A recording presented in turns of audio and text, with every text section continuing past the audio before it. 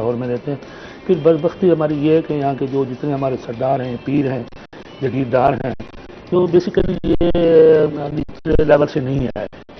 کوئی تمندار ہے، کوئی جائیدار ہے، کوئی سب کا خطاب ہے. تقریباً سب 90% جو ہمارے دھرتی کی سطح کی جو نمائندگی کرتے ہیں، الیکٹ ہوتے ہیں، وہ تقریباً 90% وہ ہیں جو ان سے اکثریت اس دھرتی کے رہنے والے بھی نہیں ہیں، وہ باہر سے آئے لوگ ہیں.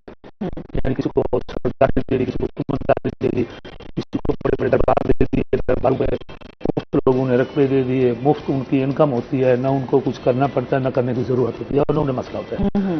تو اس میں جو غریب ہوتا ہے، جو یہاں کے پورے دھرتی واس ہیں، پرانے لوگ ہیں، وہ تو غربت میں، آج بھی غربت میں. اسی وجہ سے اس دھرتی کے لیے کوئی بندہ یہاں کا رہنے والا بھی سنجیدگی سے نہیں دیکھتا. کیوں نہیں دیکھتا؟ کہ اس کو اس دھرتی سے وہ پیار نہیں ہے جو اس عرصہ دراز سے جو لوگ اس دھرتی پہ رہتے ہیں، جن کی نسلیں ہیں، وہ لوگ اس وقت میں کہتا ہوں کہ منتخب شدہ بھی نہیں ہے. ان میں وہ منتخب بہت 10%، 15% اگر کوئی آگے تو بڑی مشکل ہے. ورنہ یہ سب لوگ خواہ یہ سردار ہیں یا یہ پیر ہیں یا جو جتنے بھی سارے لوگ ہیں، تقریباً یہ باہر سے آئے ہوئے کہیں نہ کہیں سے، اور ان کو اس لیے مٹی سے نہیں. اور اس وقت جو ہے یہاں کے جو ہمارے الیکٹڈ بنے 80 سے 90% یہاں کے رہنے والے لوگ، ان کی رہائشیں، ان کا رہن سہن سارا لاہور میں ہے. تو اس وجہ سے اس علاقے کے بہت زیادہ مسائل ہیں. میں نے تو اکثر جو لوگ یہاں پر رہتے ہیں یا یہاں کے پلے جمے ہوئے ہوتے ہیں نا، ان کو زیادہ احساس ہوتا ہے کہ یہاں کے لوگوں کے مسائل کیا ہیں اگر وہ عوام میں رہیں تو. عوام میں رہیں. پھر یہاں کے جو خاندان ہیں، بڑے بڑے یہاں پرانے لوگ رہتے ہیں، وہ بہت تعداد میں ہیں لوگ. اور جو باہر سے آئے ہوئے لوگ ہیں وہ بہت قلیل تعداد میں ہیں. اس لیے وہ جو قلیل تعداد میں، وہ ساری ان کو فیسلٹیز مل رہی ہیں. سرداری کے حساب سے میں نے جو باقی بات کی ہیں، میں تو اب اکثر کہتا ہوں، یہ ہمارے صدیقی صاحب بہت زیادہ کام کرنے والے ہیں، تو میں تو کہتا ہوں کہ اب یہ دھرتی کا مسئلہ زبان ثقافت کا نہیں، اب اس دھرتی کا معاشی مسئلہ ہے. یہیں اگر یہاں اس کی معاشیات جو ہے اتنی کمزور ہو گئی ہے کہ یہاں کا دھرتی کا مزدور جو جس علاقے کی آپ بات کر رہے ہیں، تو دھرتی کا مزدور یہاں 6 سے 700 روپے دہاڑی لیتا ہے. اور گجرات، گوجرانوالہ، لاہور جو پنجاب ہے، ریئل پنجاب ہے، اس کا اپر پنجاب نہ جو پنجاب ہے، اس کا مزدور 1200-1300 روپے مزدوری لیتا ہے. یہاں ہمارے بندوں کو 25% بندوں کو بھی انڈسٹری اویلیبل نہیں ہے. یہاں ہمارا مزدور 75% اسی پنجاب کے علاقے جہاں انڈسٹری شفٹ کر دی گئی وہیں مزدوری کرتا ہے، کراچی میں کرتا ہے، کوئٹہ میں کرتا ہے. میں اس علاقے کی بات کروں جہاں یہ ڈی جی خان آپ چوٹی زیریں جہاں کے ابھی کہہ رہے تھے کہ صدر بنا ہے، اب ان کے بیٹے کبھی وہ پیپلز پارٹی میں تھے، اب وہ نون لیگ کے بڑے بڑے لیڈر ہیں. تو میں اس علاقے میں اس وقت گیا جس وقت پچھلی عید پہ 32 مزدور جو سیالکوٹ میں مزدوری کر کے واپس جا رہے 32 مزدور شہید ہوئے. اور وہ کیونکہ چھوٹی روڈوں سے جاتے ہیں، تو میں تقریباً اس میں سے ہم پورے پاکستان سرائیکی پارٹی کا ایک وفد چوٹی زیریں، اس علاقے کا نام درخواست جمال خان، یعنی جمال خان نے درخواست کی اور اس کو پورا ایریا الاٹ ہو گیا انگریزوں کے. اس ایریا کا نام ہے، وہاں 32 میں سے کم از کم 20 یا 25 بندوں کا ہم گھر کہتے ہیں. تو وہاں داجل تک پھر یہ ہم آ گئے. تو ایک ایک گھر جب گئے ان سے میں نے پوچھا کیا وجہ ہے. ان کا جی ہم وہاں رہتے ہیں اس وقت ان کا جب 1000 روپیہ دیہڑی ملتی ہے. میں نے کہا تم کیا کام کرتے؟ کہتے ہم نیچے سے وہ بلاک اٹھا کے اوپر لے جاتے ہیں، چھوٹے چھوٹے لڑکے. میں نے کہا یہ اٹھا لیتے ہو؟ کہتے ہاں جی. میں نے کہا کتنے دیہڑی؟ کہتے 1000 روپیہ دیہڑی ملتی ہے اور جمعرات کو دیہڑی مل جاتی ہے. پھر میں گیا ادھر، ہم سارے ہمارا پورا وفد تھا.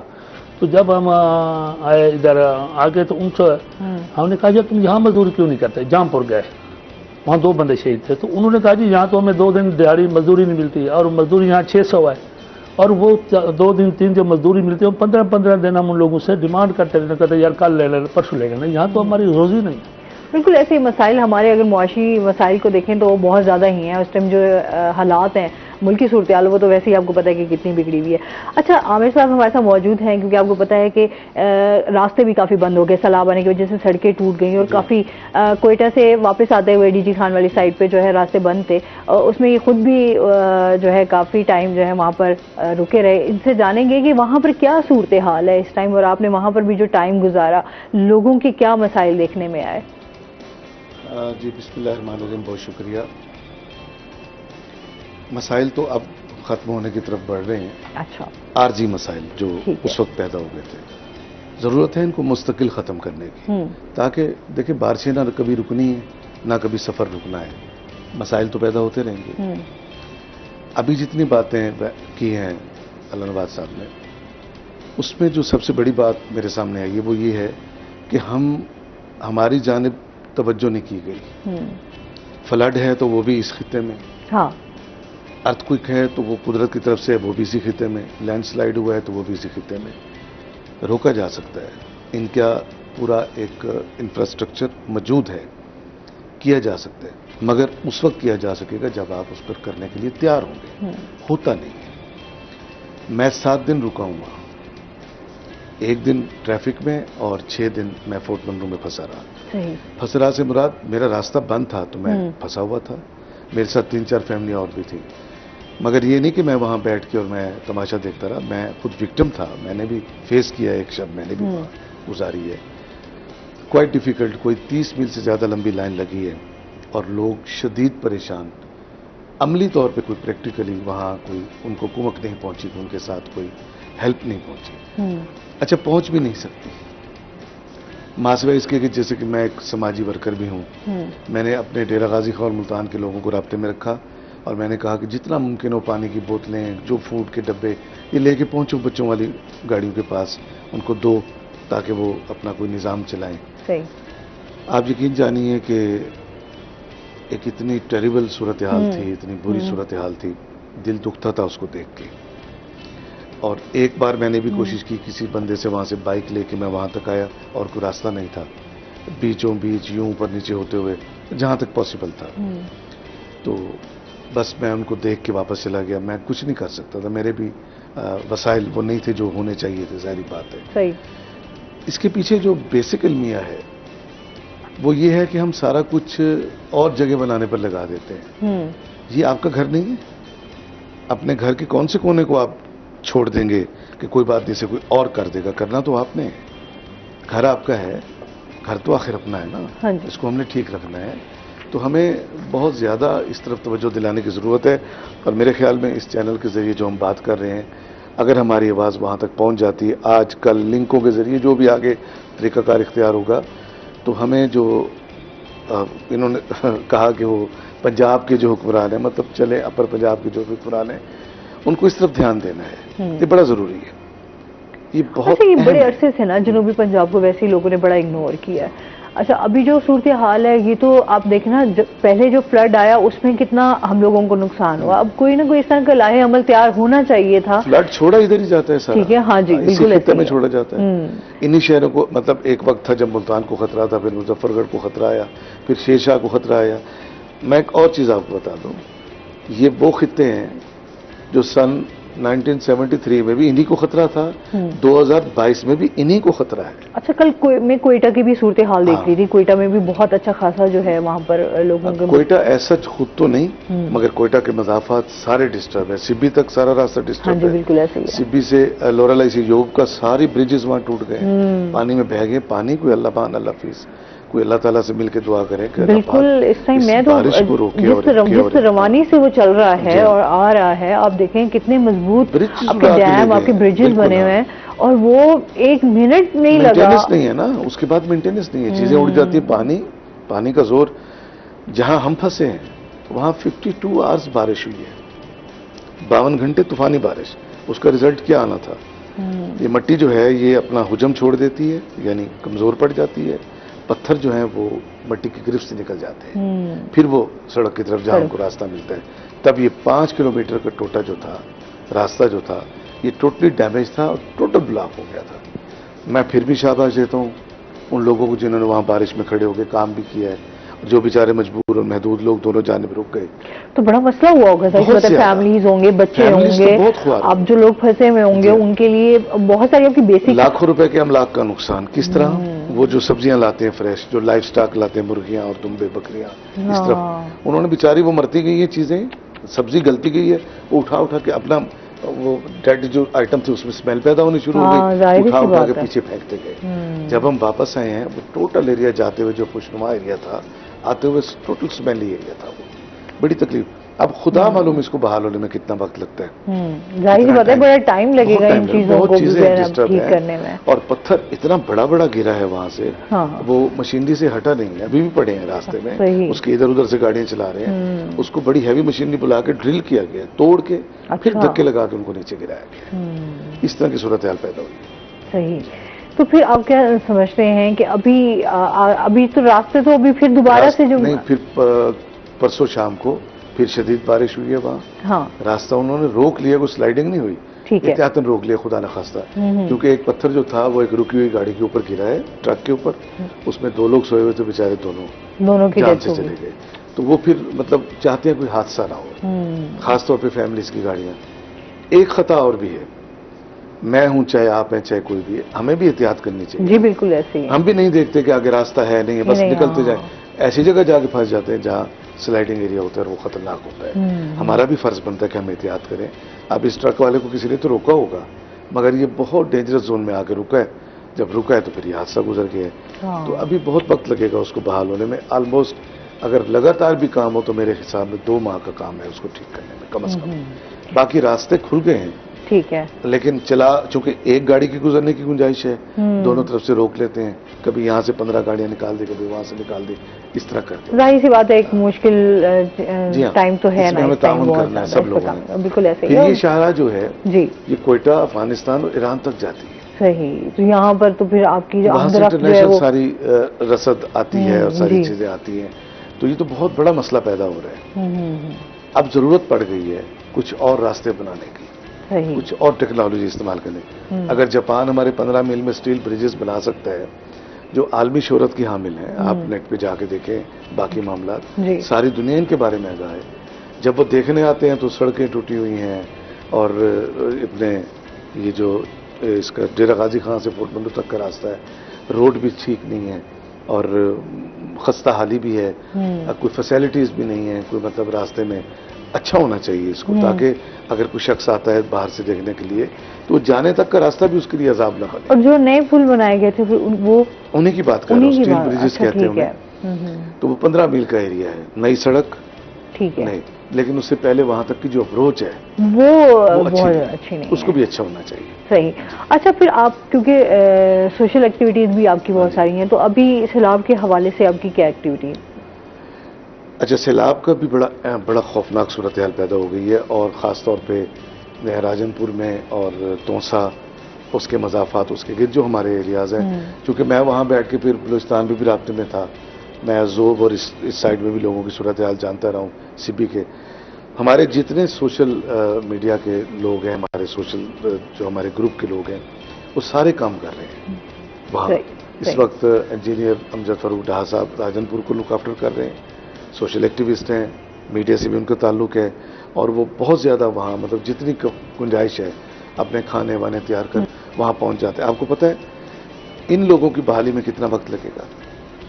یہ تو جن کے بچے, جن کے بڑے, جن کے املاک, جن کا سامان, جن کے گھر سب پانی کی نظر ہو گئے ہیں. وہ چھوٹی چھوٹی منڈیروں پر چڑھ کے بیٹھے ہوئے ہیں, کھائیں کہاں سے, ضروریات زندگی کہاں سے پوری کریں, کیسے وہ بیچارے اپنا. ہم تو پھر چھتوں میں بیٹھے ہیں, اپنے ایئر کنڈیشن بھی ہے, ساری دنیا کی فیسلٹیز بھی ہیں, سڑکوں پھرے, نہ سڑکیں بچی ہیں, نہ وہاں کوئی چھت بچی ہے, نہ کوئی سایہ بچا ہے. اب یقین کریں کل بھی بارش وہاں پر ہو رہی تھی, میں یہی دیکھ رہی تھی کہ لوگوں کے اوپر جو ہے وہ چھت ہی نہیں ہے. ایک اسپیل چلا ہوا ہے نا 4 دن کا اور 5 دن کا بعد, اللہ تعالیٰ اس کو روک دے. ابھی جو وہاں 52 آورز بارش ہوئی ہے, خواتین نے سروں پہ قرآن رکھ کے اللہ کو واسطے دے کہ اللہ پاک اس بارش کو روک دے. 2 دن بارش رکی ہے, کام تیز ہوا ہے, پھر ہم لوگ وہاں سے نکل پائیں. 3.5 گھنٹے کا راستہ ہے, عمومی طور پہ ہمیں 8 گھنٹے لگے. ظاہر سی بات ہے اس ٹائم جو نقصان ہوا ہے تو بہت سارا نقصان ہوا, تھوڑا سا نقصان نہیں کہہ سکتے اس کو کہ اچھا بھی, اور لوگوں کے بہت وہاں پر ہم مسائل دیکھ رہے ہیں. اچھا سر, آپ کی کیا ایکٹیویٹیز ہیں اس حوالے سے؟ دیکھو, ہماری ایکٹیویٹیز یہی ہے کہ اب ہم اس میں جتنی بھی چیزیں مطلب کھانے پینے کی چیزیں یہاں پر بھیجیں. خاص طور پر میرے خیال میں, کیونکہ میرا خود بھی جو علاقہ یہاں جو بعد سے دریائی علاقے سے تعلق ہے, اور ہمیں پتہ ہوتا ہے کہ فلڈ میں کیا ہوتا ہے, کیسے لوگ تنگ ہوتے ہیں. جب یہ فلڈ آتا ہے تو اس وقت ہر چیز ڈیمیج ہو جاتی ہے, لوگوں کے گھر گر جاتے ہیں, جانور ختم ہو جاتے ہیں, جو ان کی فصلیں ہوتے ہیں وہ ختم ہوتے ہیں، کئی سال لگتے ہیں ان کو بالکل ایسے ہی ہے دوبارہ ان کو اسٹیبل ہونے میں. تو اس میں ایکٹیویٹیز اصل میں ہمارے سارے دوست کر رہے ہیں، ہر تنظیم کر رہی ہے، لیکن اصل بات ہوتی ہے گورنمنٹ لیول کی. اگر ابھی انہوں نے فرمایا کہ اگر ہم 10 بھی بندے مل جائیں، 10 تنظیمیں مل جائیں اور گورنمنٹ ایک بھی ہو جائے تو وہ ہمیں جو ہے ساری تنظیموں کو اس آپ کے پروگرام کے حوالے سے میں کہنا چاہوں گا کہ ہم سب تنظیموں کو مل کر اس گورنمنٹ کو ٹھیک کرنا چاہیے، اس گورنمنٹ پہ پریشر ڈالنا چاہیے. یہ جو ہم علیحدہ علیحدہ جا کے، ٹھیک ہے یہ اچھا کام ہے کہ ہم جا کے وہاں پر لوگوں کے کام بھی آتے ہیں اور لوگوں کے یہ مسئلہ، لیکن اصل یہ ہے کہ ہمیں سب سے زیادہ ضرورت ہے، گورنمنٹ کے پاس سورسز بھی ہوتے ہیں لیکن گورنمنٹ کے سورسز جو ہے مس یوز ہوتے ہیں، غلط جگہ پہ استعمال ہوتے ہیں. یعنی اس معاشرے میں نے جو دیکھا ہے، جو ایسس کیا ہے تحریک کے حوالے سے، صرف دو چیزیں یہاں پر ہیں. ایک تاجر بہت طاقتور ہے، ہر چیز اس کے ہاتھ میں. ایک بیوروکریٹ، اور بیوروکریٹ جو ہے چپراسی سے لے کر چیف سیکرٹری تک اتنا طاقتور ہوتا ہے اور ہر چیز ان کے ہاتھ میں ہے، یہ جو مرضی کریں، مطلب مس یوز کریں یا اچھا کریں. اور تاجر کے ہاتھ میں ہر چیز ہوتی ہے. باقی جو مختلف تنظیمیں ہوتے ہیں، یہ ادھر بھاگ ادھر بھاگ اس سے اکٹھا، یہی تاجر ڈونیٹ کرتے ہیں اور کبھی یہی بیوروکریٹ بھی تھوڑا سا پیسہ جو بہت زیادہ آؤٹ آف وے اکٹھا کرتے ہیں، اور یہ ہمارا رواج بنا ہوا ہے. اور تاجر آؤٹ آف وے منافع لیتا ہے، یعنی نہیں بنتا وہ لیتا ہے. اور دو یہ طبقے ہیں، ان کو درست کرنے کی ضرورت. جو ہماری سماجی تنظیمیں، خاص طور پر سماجی تنظیمیں، ان کو ان دو بندوں، ان دو طبقوں کے لیے کام کرنے کی ضرورت ہے. اگر ہم انفرادی طور پہ کرنا بھی چاہیے، کرتے بھی ہیں لوگ دیگیں لے کے پھر رہے ہیں، ٹریکٹر ٹالیوں پہ جا رہے ہیں، ان کو کھانا ایک وقت کھانا مل جاتا ہے، کچھ راشن خشک راشن ہوتا ہے، خشک راشن مل جاتا ہے، لیکن اس کی وہ کمپنسیشن نہیں ہوتی. خشک راشن تو میرے خیال میں کسی کام کا نہیں ہے وہاں. ہاں میں یہی کہہ رہی تھی، لوگ نا اس طرف جا رہے ہیں کہ بھئی آپ نے راشن، آپ ان کا وہ کہاں پکائیں گے، کہاں کھائیں گے. پانی ہے ویسا خود دیکھ کر آئے ہیں. اس میں عرض کروں خشک راشن کا مقصد اور میں کہہ رہا ہوں صدیقی صاحب، دیکھو جیسے چنے ہیں، جیسے جن کو بنا جو آئٹم ہے، اچھا یہ جن کو کوکنگ نہیں کرنی پڑتی، اگر آپ نے آٹا دے دینا ہے، آپ نے گھی دے دینا ہے، چاول دے دینا ہے، اس کا کوئی فائدہ نہیں. فائدہ یہی ہے ہم نے جو پلانیں کی ہے، جو ہم جو چیز سپلائی کر رہے ہیں، ہم یہی خشک، میں اپنے طور پہ ہم نے جو کیا ہے، اب بھی ہمارے وہ پیکنگ وغیرہ ہو رہی ہے، تو ہم نے یہ کہا کہ وہ ایسی چیز دو جو سیلاب، بارش آ رہی ہے، پانی آ رہا ہے تو بندہ گھر میں کم از کم اٹھا کے کھا تو لے، بچے کوئی چیز کھا تو لے. یہ چیزیں خاص طور پہ دینے کی ضرورت ہے جس کو، اور اس کو میں نے اچھا بھلا پروموٹ کیا ہے، سارے اپنے دوست کو اسی پہ کہل کیا کہ آپ یہ چیزیں دیں جو پکانی نہ پڑے. جب بارش ہو رہی ہے، لکڑی نہیں ہے، وہاں گیس ہے نہیں، تو کیسے کریں؟ دیکھیں نا کنڈیشن یہ ہے کہ ان کے پیاروں کی لاشیں ان کے ساتھ پڑی ہیں، دفنانے کے لیے جگہ نہیں ہے. تو اب وہ سوچیں کہ وہاں پر کس طرح وہ بیٹھ کے پکائیں گے اور کھائیں گے. اور اچھا لوگ جو درمیان میں پھنس چکے ہیں، جن کے ارد گرد پانی ہے، وہ لوگ تو بیچارے موو بھی نہیں کر سکتے. وہ اپنے گھروں کی جو بچی کھچی جگہ ہے یا تھوڑی سی، وہاں پر ہی وہ اپنے بچوں کو لے کر بیٹھے ہیں، منڈیروں پر یا جو بھی ان کو چھتیں وہ بھی خطرہ ہے. چھتیں گرنے کا بہت. آپ المیہ دیکھیں، میں نے کہا میرے اپنے عزیز، میرا خود اپنا رقبہ اس وقت بھی کچھ دریا کے پیٹ میں ہے. یعنی اس وقت المیہ ہمارا یہ ہوتا ہے جب ہمارے لوگ بند کٹھے ہوتے ہیں تو اے سی صاحب اور پٹواری صاحب اور یہ جا کے 4 خیمے لگا لیتے ہیں، وہاں بیٹھے اور وزٹ کیا اور چکر لگائے اور وہ گئے. یعنی عملی طور پر یہ بیوروکریسی کچھ نہیں کرتی. اگر یہ بیوروکریسی ایمانداری سے سیدھا کام کرے اور یہ جو مخیر حضرات ہیں بجائے یہ ادھر خیرات کریں، گورنمنٹ کو اسٹرینتھ کریں اور ان کو درست کریں، جو ہمارے ادارے ان کو درست کرنے کی ضرورت ہے. پھر یہ بہت سارا مسئلہ پھر بنیادی طور پر دریاؤں کے اندر بھی یہ، اب ہمارے علاقے میں بتاؤں کہ ایک جگہ ایک بہت جو وہاں کا بااثر آدمی ہے، کسی پارٹی کا ایم این اے ہے یا منسٹر ہے، اس کے رقبے کے بعد سپر باندھ انہوں نے بندوا دیا ہے. باقی سب لوگوں کی جائیدادیں برباد ہو رہی ہیں. یہاں پر المیہ ہے کہ جہاں لاہور میں بیٹھا ہوا جو چیف منسٹر ہے یا جو بھی ہے یا وزیر ہے، تو یہاں کا ایم این اے بھی جاتا ہے، وہ کہتے ہیں یار میرا رقبہ ہے وہاں سے مجھے بند بنوا دے، سپر بند بنوا تاکہ میرا رقبہ تو بچے کو. اچھا اس کو ہاں یہاں پر ہمارے لوگوں کو اسی طریقے سے برائب کیا جاتا ہے، ان کو انہی کاموں پہ لگا کے اور پھر اس پہ جناب وہ ایسے کر کے شکریہ ادا کر کے واپس آ جاتے ہیں. اصل من حیث قوم، من حیث پورے علاقے کی ہمیں یونٹی کے ساتھ ہمیں اس دھرتی کے لیے کام کرنا ہے. میں نے پہلے پوائنٹ آؤٹ کیا کہ جن لوگوں سے ہم تکیہ رکھے بیٹھے ہیں وہ تو ان کو تو مسئلہ کوئی نہیں ہے. فرض کیا کوئی درباروں والا بیٹھا، میں اوپن بات کر رہا ہوں،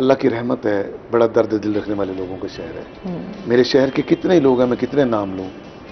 انصاری صاحب کام کر رہے ہیں اور کتنے لوگ کام کر رہے ہیں، ڈفرینٹ لوگ جو اپنے طور پہ سب لوگ کام کر سکتے ہیں. اپنے طور پہ میں نے دیکھا ہے کہ باقاعدہ لوگ بھیک مانگنے کے انداز میں لوگوں کو روک کے کہتے ہیں یار کچھ دے دو، چلو جو بھی وہاں چلا جائے گا ہم ان کی خدمت کر سکیں. یہ بہت ضروری ہے فلڈ کی ریلیف کے لیے، اور جو آ جاتے ہیں باہر ان کو علاج کے لیے بڑا ضروری. ایک بندے کے سر میں درد ہے اور وہ شدت سے وہاں پھنسا ہوا ہے، وہ کس طرح علاج کرائے گا؟ چلو یہ بھی دیکھ رہی تھی کہ جو بیمار ہے، جو لوگ بیمار ہیں وہ تو ڈبل بیچارے اس میں آ گئے نا عذاب میں. بالکل. کہ وہ ایک تو بے یار و مددگار پڑے ہیں اوپر سے. اور کس طرح اور ٹھیک کہا ہے میرے بھائی نے محترم نے کہ جو سرکاری کیمپ ہیں وہ بالکل ایک وقت تک بیٹھتے ہیں، اپنی ڈیوٹیاں نبھاتے ہیں، فوٹو کھینچتے ہیں، جب ہم نے اتنے لوگوں کو ریسکیو چلے جاتے ہیں. ان کو بھی خدا کا واسطہ ہے اگر میری آواز وہاں تک پہنچ رہی ہے. اللہ کے بندو، یہ اللہ کے لوگ ہیں. ایک شخص تم بچا لو گے، انسانیت بچا لو گے. بالکل ایسے ہی ہے. اچھا پھر سیکنڈلی آج کل اچھا پھر سیلاب آلریڈی جو لوگ بیچارے اس مشکل وقت میں گھرے ہوئے ہیں، اوپر جو دوسرے لوگ وہاں پر پہنچے ہوئے ہیں جن کے اوپر کچھ بھی اس طرح کی جو ہے وہ مشکل نہیں آئی، نہ وہ فیس کر رہے ہیں، وہ آلریڈی وہ ایک سیلاب زدگان کی صورت میں وہ وہاں جا کر بیٹھ کے صرف امداد کے چکروں میں بیٹھ گئے ہیں، کھانے پینے کے اچھا ہمیں سامان مل جائے گا. ہمیں حالانکہ وہ باہر کام کر سکتے ہیں، وہ اپنا باہر کا کام کریں. جو بیچارہ ریئل وکٹم جو آلریڈی متاثر ہے ان بیچاروں کا حق بھی آپ لینے پہنچ گئے ہیں. ایک میں اگلے دن دیکھ رہا تھا، میں 7 دن وہاں پھنسا رہا ہوں تو میں یہ ڈیٹا دیکھتا رہا ہوں. 18 لاکھ لوگ متاثر ہیں اس وقت ایک چھوٹے سے علاقے کے اندر. پتہ نہیں کتنی بڑی کیلکولیشن اور ہوگی. ابھی بلوچستان کی بات ہو رہی ہے. ہاں جی، بلوچستان میں بہت زیادہ. اچھا یہ تو ہم جنوبی پنجاب کی اپنی بات کر رہے ہیں، پھر اس کے ساتھ آپ بلوچستان میں چلے جائیں تو وہاں پر تو اور زیادہ تباہی ہوئی ہے. بہت زیادہ تباہی اور دشواری ہے کیونکہ وہاں راستے بھی اور طرح کے پہنچنا بہت مشکل ہے. لوگوں کے بہت نقصان ہوا ہے، جانی مالی ہر طریقے سے. بس یہ اللہ سے مدد مانگے، اللہ تعالیٰ اس بارش کو فلڈ کو روکے. پانی بہت نقصان کر رہا ہے. پانی کسی سے نہیں رکتا، یہ تو ہے. پانی نہیں رکتا، انسانوں کو بچایا جا سکتا ہے. پانی بھی ہم روک سکتے تھے اگر ہم نے ڈیم بنائے ہوتے، اگر ہم نے پانی کو محفوظ کیا ہوتا. ہم 8 گھنٹے کی لوڈ شیڈنگ فیس کرتے ہیں، پانی ہمارے کام آنا تھا. ہم خوف زدہ ہوتے ہیں کہ بھارت نے پانی چھوڑ دینا ہے. ہم اپنے ڈیم بنائیں، پانی کو محفوظ کریں. ہم بھی تو ہماری پالیسی ساز کیا کرتے ہیں. پالیسی ہماری آج تک سسٹم بہتر بنا ہی نہیں ہے کہ ہمیں ان کے اوپر پریشر بلڈ کرنے کی ضرورت ہے. یہی ہمارے سماجی ورکر تھوڑا سا ایک قافلہ نکال کے لے جائیں کہ جناب آپ کیا کرتے ہیں، آپ یہ اس پانی کو محفوظ کریں. وہی نا، یہ کل بھی ہم شو میں یہی بات کر رہے تھے کہ یہ پانی سیلاب تو ویسے اب ایک مشکل ہے، اللہ تعالیٰ کی طرف سے سمجھ لیں کہ آزمائش ہے، لیکن یہ پانی آپ سیو کر کے اس کو آپ یوٹیلائز کر سکتے ہیں. اس کو جو پہاڑی خطے ہیں جہاں عام پانی 1000 1500 2000 فیٹ سے پہلے نہیں میسر ہوتا، وہاں چھتوں پہ جمع ہونے والا پانی ٹینکیوں میں جمع کر کے اس سے گزارا کیا جاتا ہے. اگر وہاں ایک چھوٹا سا معمولی سا شہری زندگی سے باہر بیٹھا ہوا انسان جس کو اتنی عقل و خرد بھی نہیں ہے، وہ اپنے لیے چھت پہ پڑا ہوا پانی اپنی ٹینکی میں محفوظ کر سکتا ہے.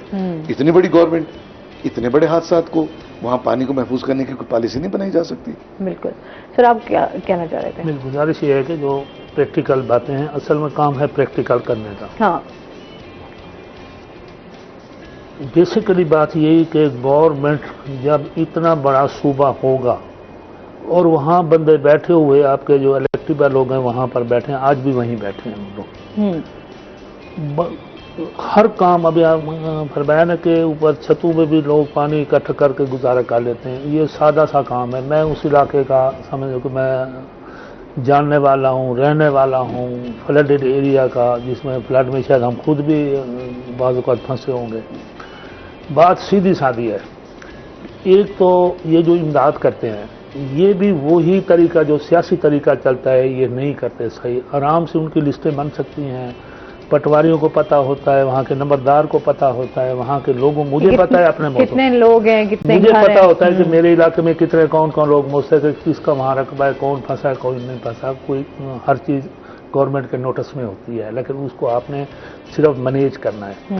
پھر یہ ہے کہ جس جگہ فلڈ ہوتا ہے وہاں تک آنے جانے کا راستہ مناسب ہونا چاہیے. وہ رقبے لوگ آبادی یہ جو روڈ کو یہاں آ رہی ہیں وہاں پانی کی تقسیم ہوتی ہے، وارے بندی ہوتی ہے. جہاں وارے بندی ہے تو ہر چیز کی لسٹ بنی ہوئی ہے ان کے پاس.